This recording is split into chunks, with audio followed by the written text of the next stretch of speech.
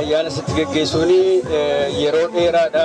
Mee haala ayyaana har'aa kana isa yeroo darbe wajjin walitti qabdee yeroo jettu dhuma galatti akkamitti ilaalte mee sarraa kana?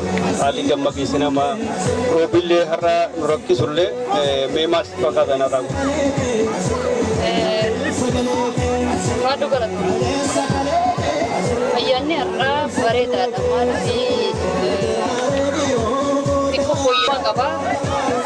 Aturiin hedduu garaagarummaa qabu. Maaliif jennaan sagantaa eebbaa hoggaa mallattoo jala guddaa gabummaa ijoollee keenyaatiin eegalle isaan banne. Saniin boodas haalatti amma jiru haalatti adeemaa jiru kana keessatti waliigaltee fi gammachuu fi jaalalaa fi uummanni qabu hawwii fedhii fi hawwii uummanni akkamitti qabsoofnaa akkamitti miina keenya injifannaa qabu nama agarsiisa. Keessumaa dargaggoo Oromoo irraa haala bareedaan namatti mul'ata. Warra hafanii gaabbisiisa warra irratti hirmaate hedduu gammachiisa jedhanii yaadan. Egaa akkuma beekamu ayyaanni Abbaa Oromoo Irreechi kun akka seenarraa dhageenyutti waggoota 6,410 ta'eeraadha.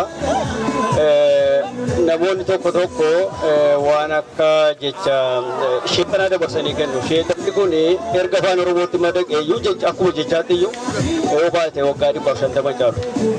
Akkamitti kana dabarsanii kennuun karaa gama biraattiin immoo shirkiidha waan jedhamutu jira. Jecha shirki kana Oromoo baay'een waan beekan natti fakkaatu. Mee hiika isaa nuu ibsita maan shirki jechuun kun wanti Oromoo kun shirkiidha jechuun maal sitti fakkaata maan nime? Oromoon yoo akka Oromootti fudhanne Oromoon shirkiis waan jiru hin beeku. Oromoon waan sadii hin beeku shakkii fi shirkii sheexana hin beeku Oromoon. Kun hundinuu warra gartee ergisaa alagoota biraatti dhuftee wajjin dhufe malee Oromoon shakkii waan jaamuu fi shakkii inni jiru kunis afaan Arabaati. Akka afaan Oromoos kuma miidha. Sheexana shirkii waan jiru beeku. Ammoo yoo karaa warra amantii Islaamatti fudhatu taate amantii Islaamatti beeka. Akka amantii Islaamatti shirkii jechuun waaqa guddaa tokkicha nama uume san biratti uumaa isaa dabalu.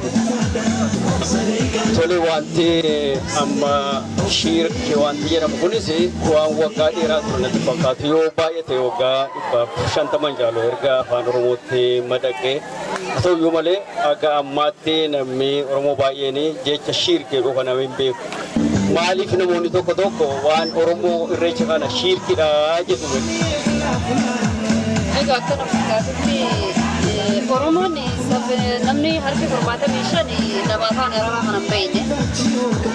Warri afaan Arabaa yookaan xiqqaadha. Shirkii jechi jaamu fi shakkii jechi jaamu jecha Arabaa keessaa jecha dhufu. Akka afaan Oromootti qaroo yookaan qilbii illee afaan Amaaraati. Qaroodha. Shirkii jechuun yoo ammoo gara shakkiitti deebine mamii jechuudha. Oromoo waan sadii hin beeku akkuma illee Oromoo waan sadii hin beeku.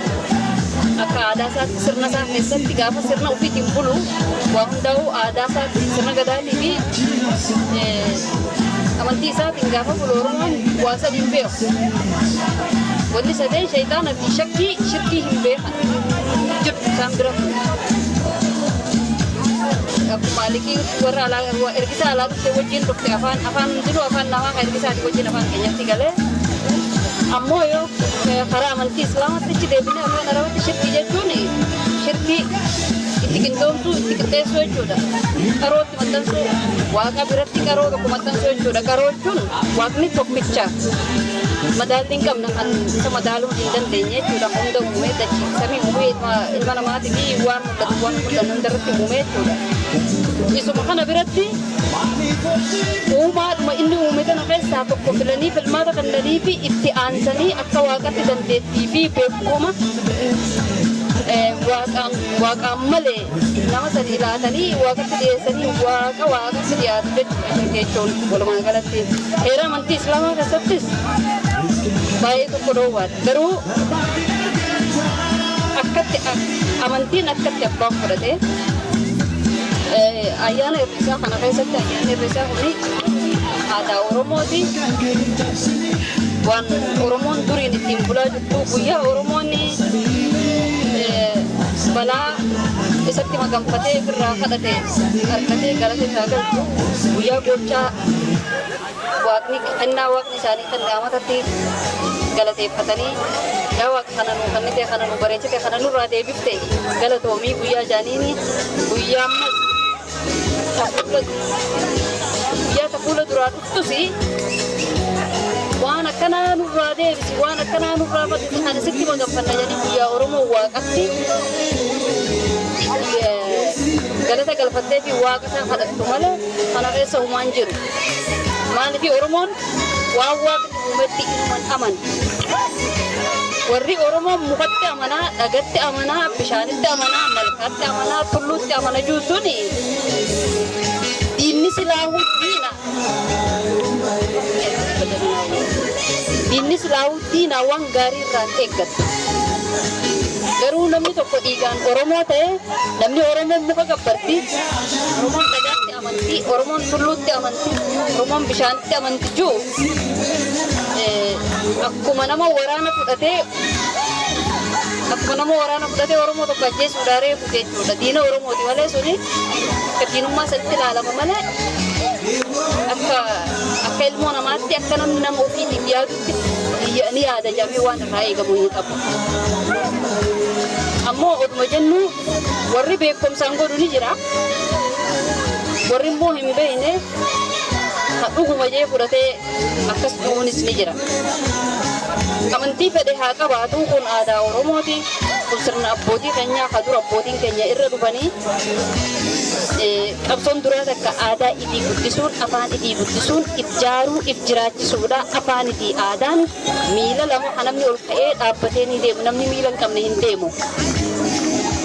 Keessatti immoo aadaa itti guddisanii ittiin buluun afaan itti gurra ija jarri sadeen kun addan bayan. Namni afaan hin qabne dubbachuu hin danda'u.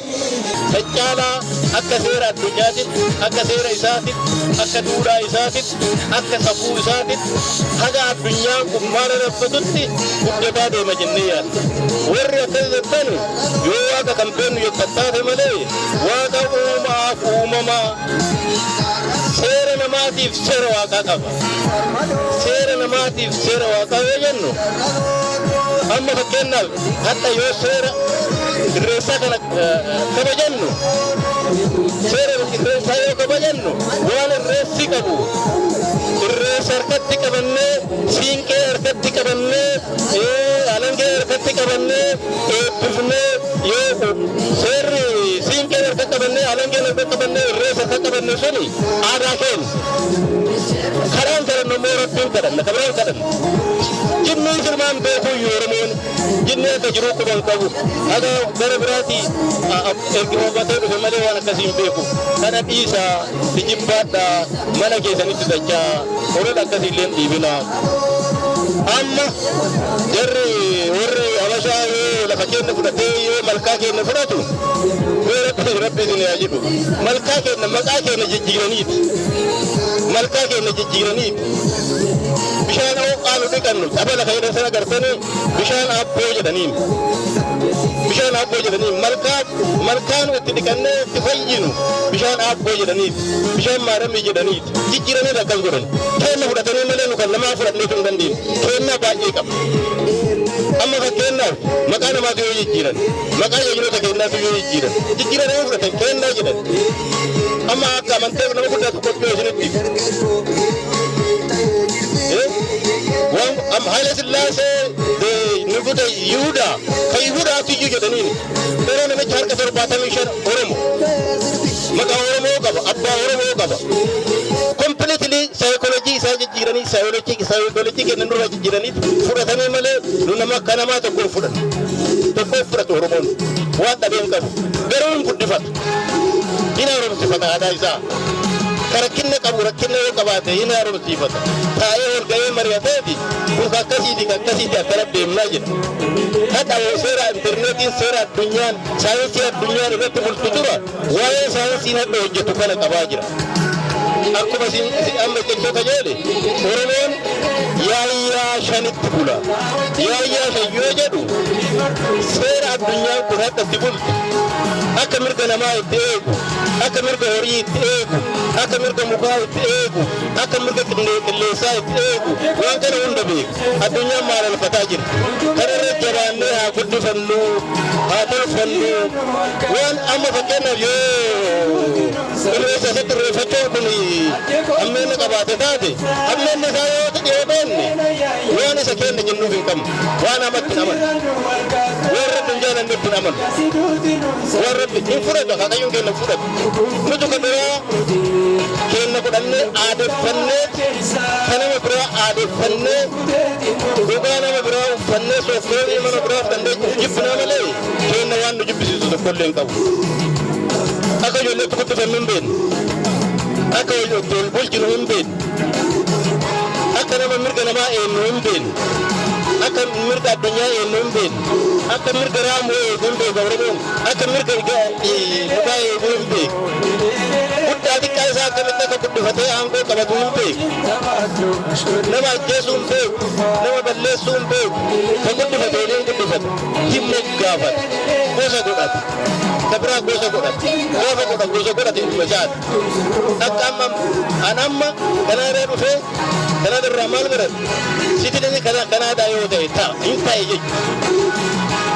Siitidanii zaati garuu dhaloonni kiyya akka dhaloota kiyya kakadhu nan godhu yoo akkasuma hin godhu ani ilma Oromichaa ta'u waggaa 200 hattaallee 500 hattaallee 500 hattaallee warri irraa dhufan Oromicha waan rabbi na uume kanaan namatu nutti hinaafaa malee namatu nutti hinaafaa malee nu namatti hinaafuu nurra hin jiru barreessinee barannee agarsiisuu kana amma televizyiinii biyya keessa jiru san laala jaarroleen hayyoon ibsaa jirani waan kana waan irreechaa irratti namni barraa'ee haaroo haa qabee jiru san bitadhaa horii dandeettan dhagaa filatooma. Fayyaa ta'e obbo Waldee Horaa Bulaa umurii irraa keessaa fayyaa gadamsaa adda leencaa siniif kennu galatooma waan gaafiileen hundeeffataniif Horaa Bulaa. Ayyaana irraa akkamitti ilaalte maqaa keetii bakka irraa dhufte nuu yuure. Maqaan koo Dajanee Tasammaan jedhama. Asuma Torontoodha.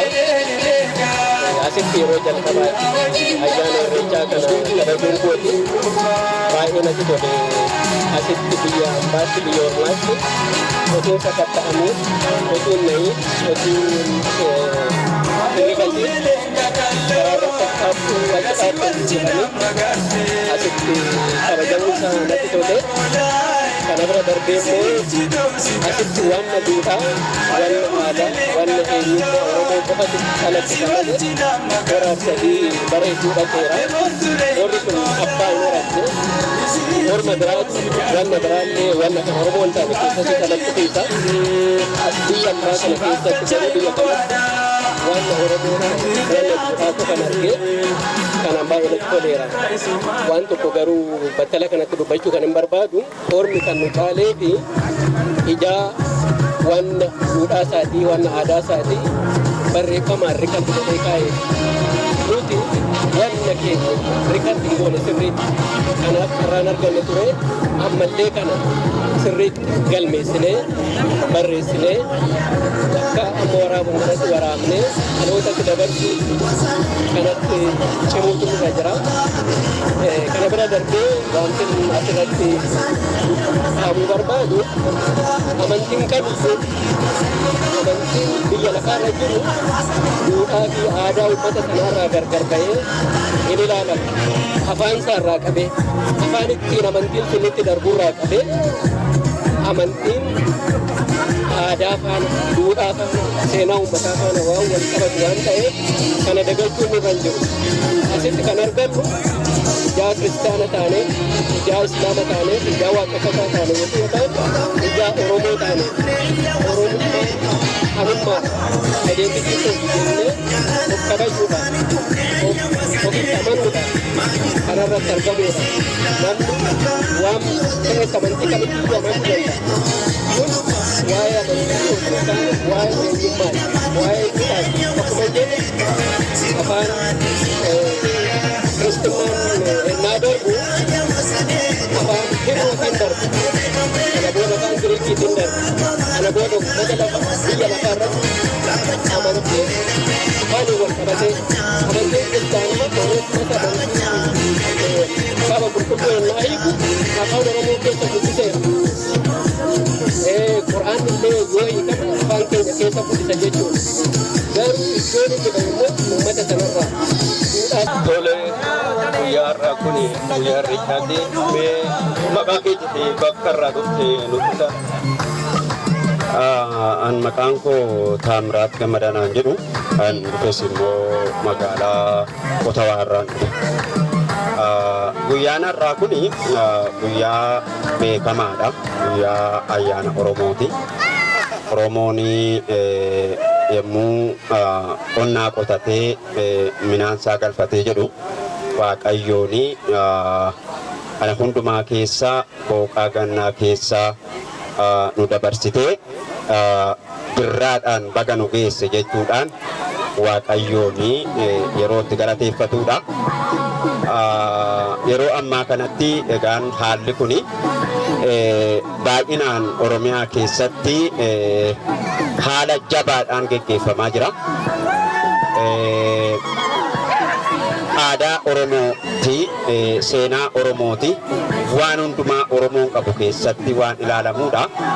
Kanaafuu ayyaanni kun guyyaa ayyaana qabeessa Oromooti addunyaa kana keessa jiran biyyoota baqatanii jiran keessatti ji'a kana keessa guyyaa adda addaa wal arguudhaan Waaqayyoon galateeffatu. Waaqayyoon galateeffachuu duwwaas utuu hin ta'in achumaan wal arganiitu biyya irraa dhufan biyya abbaa isaanii akkamittiin akka inni jiru odeeffannoos wal jijjiiru, wal gaafatu, haala biyya keessa jiru, haala sabi Oromoodhaa keessa jiru wal gaafatu, maal keessa dabarsi jedhaniitu wal mari'atanii odeeffannoo wal irraa fudhatu.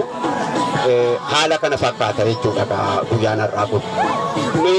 Ayyaana Oromoo kun irreecha waggoota waggaa 6,410 marroo kanarra kabajaa jirru.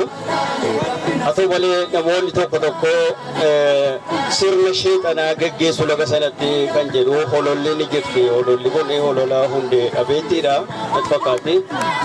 Sheexana kan jedhu kun yoo erga afaan Oromootti madaqee yoo dheerate waggaa 150 waan caalu natti fakkaatu. Maaliif yoo jette akaakayyoonni keenya akkuma beekamu sirna mooraa naftanyaa keessatti kirsinnaa kaan jechuudha.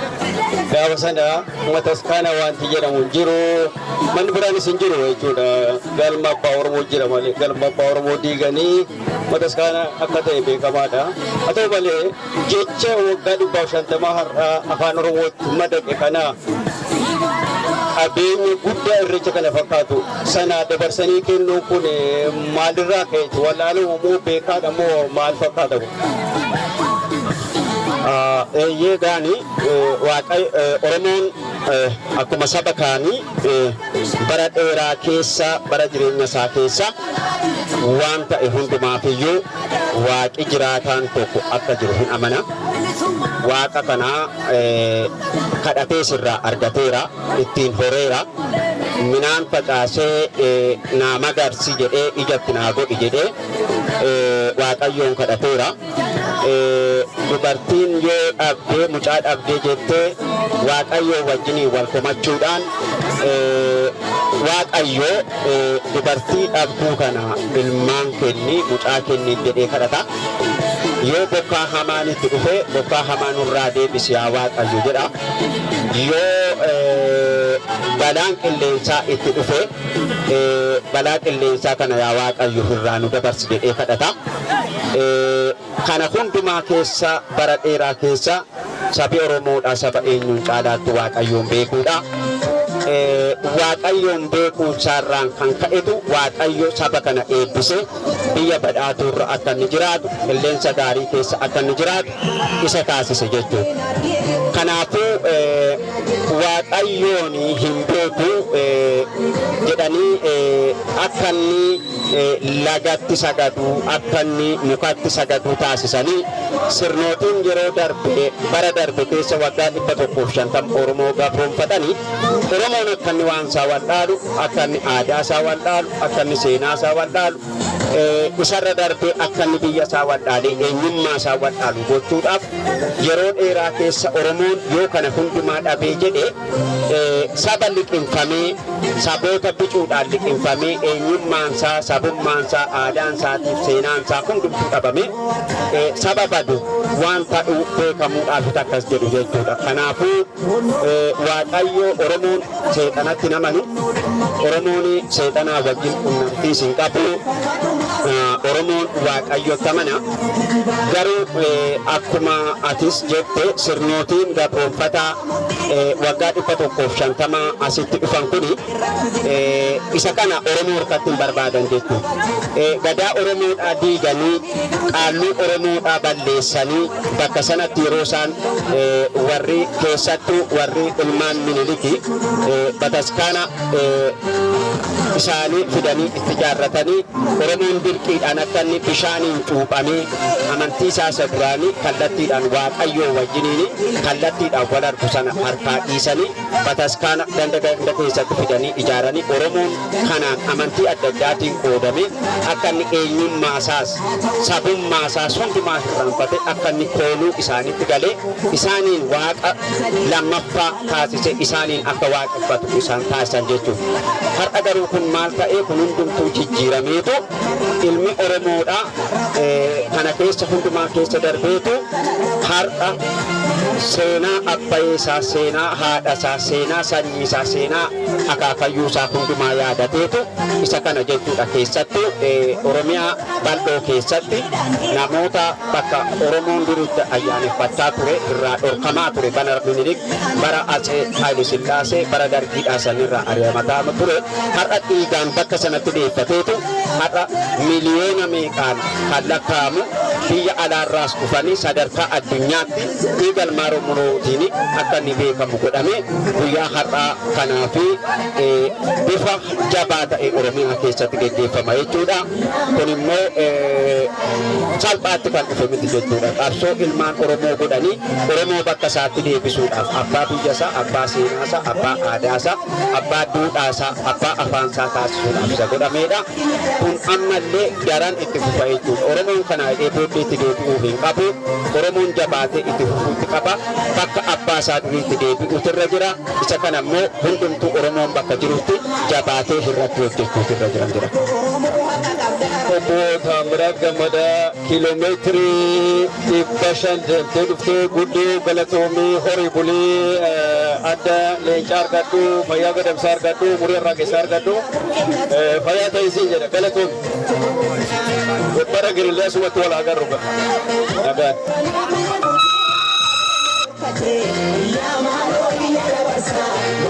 Waggaa waggaattis immoo akka sadarkaa sadarkaatti guddataa deemaa jira. Dammaqeessina ammaa waan fakkaatamu hundumaa qaba.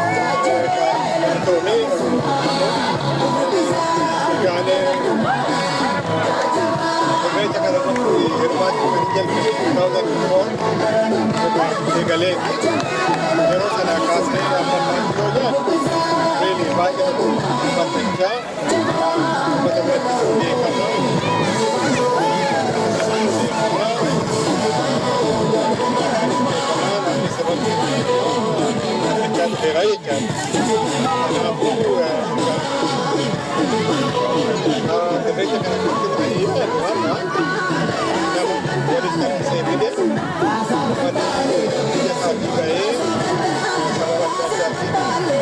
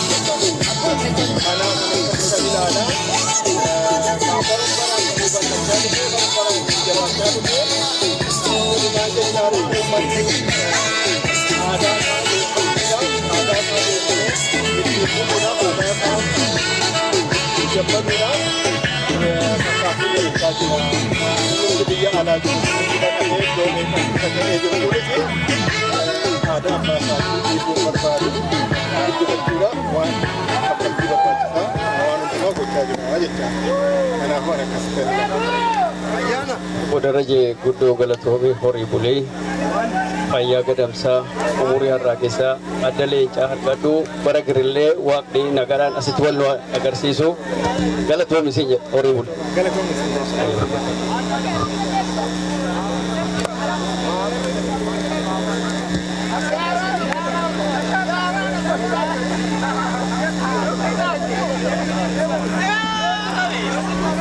Yeah.